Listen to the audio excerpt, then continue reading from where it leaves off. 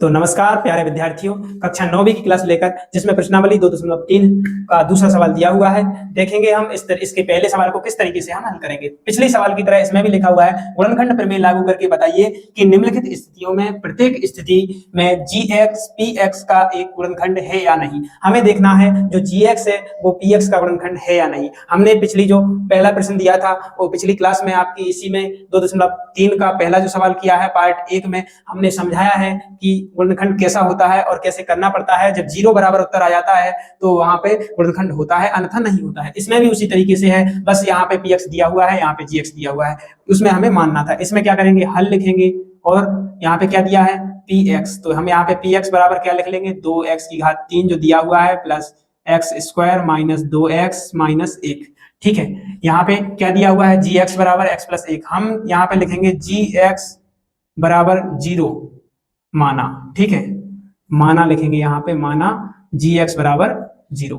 अब यहाँ पे gx का मान क्या दिया हुआ है x प्लस 1 बराबर 0, तो x यहाँ पे प्लस 1 है, इस तरफ जाएगा तो माइनस 1 हो जाएगा। ठीक है, ये प्लस का है, इस तरफ आएगा तो माइनस का 1 हो जाएगा। अब x बराबर माइनस 1 निकला है तो यहाँ पे लिख देंगे रखने पर।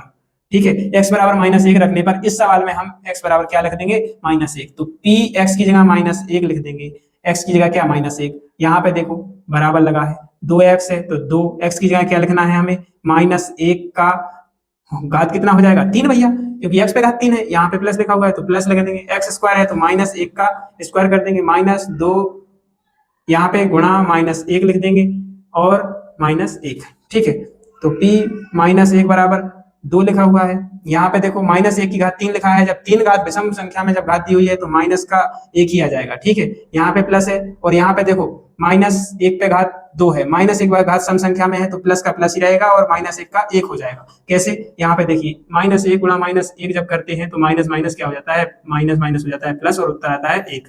ठीक है, इसी तरीके से हम यहाँ पे करेंगे, जो इसका लिख दिया है और माइनस 1 देखो माइनस 2 और माइनस 1 इन दोनों का जब गुणा किया जाएगा माइनस 2 और माइनस 1 माइनस माइनस प्लस हो जाएगा और 2 के 2 ही आ जाएंगे और माइनस का 1 इसका लिखा रहेगा।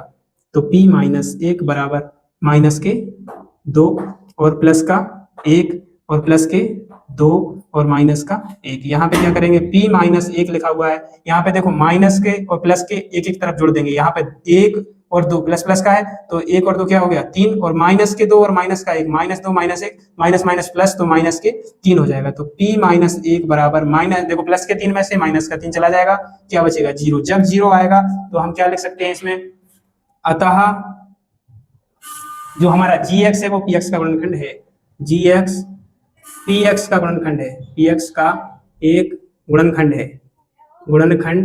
है।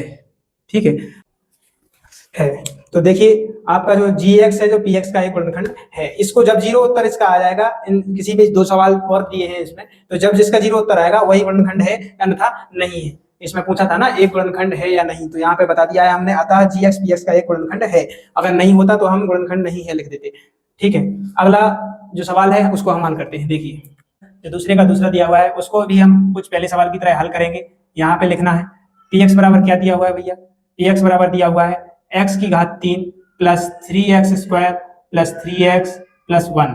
ठीक है, यहाँ पे gx जो दिया हुआ है उसको देखना है कि जो px है वो gx है वो px का गुणनखंड है या नहीं। तो क्या 0 उत्तर आएगा तभी तो हम बता पाएंगे यस का 0। देखो यहाँ पे क्या है, माना, क्या मानना पड़ेगा हमें, gx बराबर हमें 0 मानना पड़ेगा। जब 0 मानेंगे, gx का मान क्या दिया हुआ है भैया, gx का मान दिया हुआ है x प्लस 2, तो यहाँ पे क्या लिखेंगे x प्लस 2 बराबर 0। जब जो x प्लस में 2 दिया हुआ है तो प्लस का 2 इस तरफ जाएगा तो क्या हो जाएगा माइनस का 2, तो ये क्या है, इसी को हम रखते हैं रखने पर, x बराबर क्या निकला माइनस 2 और x बराबर हम माइनस 2 रखने पर। तो यहाँ पे जहां जहां x दिया है वहां पे x की जगह माइनस 2 लिख देते हैं। तो p माइनस के 2 बराबर माइनस के 2 की घात 3 कर देंगे प्लस 3 x स्क्वायर दिया हुआ है तो माइनस 2 का स्क्वायर कर देंगे प्लस 3 माइनस 2 लिख देंगे यहाँ पे x की जगह प्लस 1। देखो p माइनस के 2 बराबर, जब घात विषम संख्या में होती है तो चिन्ह माइनस का ही आता है, 2 दूनी 4 4 दूनी 8 हो जाएगा। यहाँ पे प्लस देखो यहाँ पे 3 गुणा 2 दूनी 4 हो जाएगा, विषम सम संख्या में घात है तो प्लस का हो जाएगा, प्लस प्लस नहीं लगेगा यहाँ पे माइनस आ जाएगा, क्यों, क्योंकि माइनस प्लस माइनस हो जाएगा, 3 दूनी 6 हो जाएगा, माइनस का 6 प्लस 1। देखेंगे यहाँ पे p माइनस 2 बराबर माइनस का 8, यहाँ पे प्लस 4 हो जाएगा 12 माइनस के 6 प्लस 1 प्लस प्लस वाले जोड़ देंगे 12 और 1 हो जाएगा 13। तो p बराबर p माइनस 2 बराबर 12 और 1 13 हो जाएगा और माइनस माइनस वाले जुड़ जाएंगे, चिन्ह माइनस का ही आएगा, 14 हो जाएगा ये। तो p माइनस के 2 बराबर क्या आया उत्तर -1। जब माइनस का एक उत्तर आया या कुछ भी आ जाए लेकिन हमारा 0 नहीं आएगा तब तक हमारा गुणनखंड नहीं बनेगा। तो यहाँ पे हम क्या लिख देंगे, अतः gx क्या है, px का गुणनखंड नहीं है। क्यों नहीं है भैया, क्योंकि यहाँ पे 0 उत्तर नहीं आया। यदि 0 उत्तर आ जाता तो ये हमारा gx है जो px का गुणनखंड हो जाता। ठीक है, अब आपको जो समझ में नहीं आ रहा है कमेंट बॉक्स में बताइए। अगला प्रश्न हम दूसरे का तीसरा हल करते हैं। देखिए आप तीसरा प्रश्न दिया हुआ है, उसको भी कुछ 2 प्रश्न हम हल कर चुके हैं, उन्हीं की तरह हल करेंगे। यहाँ पे हल लिखेंगे, फिर हम इसमें जो सवाल दिया हुआ है उसको लिखेंगे। px बराबर क्या दिया हुआ है, x की घात 3 minus 4x square plus x plus 6। ठीक है, हम यहाँ पे क्या लिखते हैं, माना क्या मानते हैं भैया, gx बराबर 0 मानते हैं। तो gx का मान कितना दिया हुआ है, x माइनस 3 बराबर 0। तो x बराबर, देखो माइनस का 3 इस तरफ जाएगा तो प्लस में 3 हो जाएगा, ये आपको अच्छे से पता है। और यहाँ पे हम क्या लिख देते हैं, रखने पर, तो x बराबर 3 रखने पर, इसमें हम x बराबर 3 रखेंगे। तो px की जगह देखो px है तो यहाँ पे px की जगह क्या रख देंगे, x की जगह 3 रख देंगे, माइनस का नहीं प्लस का ही रखेंगे। ठीक है, px की जगह x की जगह 3 लिख दिया है, बराबर x की घात 3 है तो 3 की घात 3 लिख देंगे। ठीक है, माइनस 4 गुना 3 पे स्क्वायर कर देंगे, x पे स्क्वायर है तो, ठीक है, प्लस 3 और प्लस का 6। ठीक है, p 3 बराबर 3 की घात 3 है तो 3 गुणा 3 गुणा 3, 3 त्रिका 9 9 30 27 हो जाएगा, माइनस का 4 गुणा, देखो 2 स्क्वायर चढ़ा है इस पे तो 3 दूनी 3 त्रिका क्या हो जाएगा 9, 3 का गुणा 3 बार, देखो 3 गुणा 3 2 बार लिखेंगे 3 को, तो 3 त्रिका 9 हो जाएगा जब स्क्वायर चढ़ा है तो 3 त्रिका 9 प्लस 3 प्लस 6।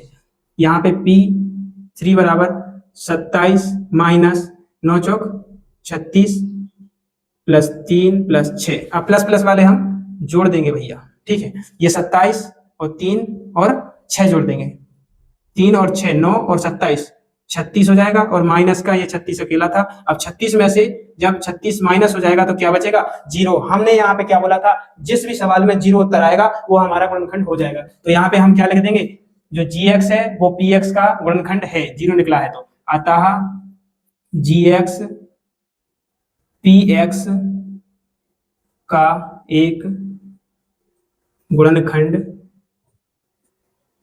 है।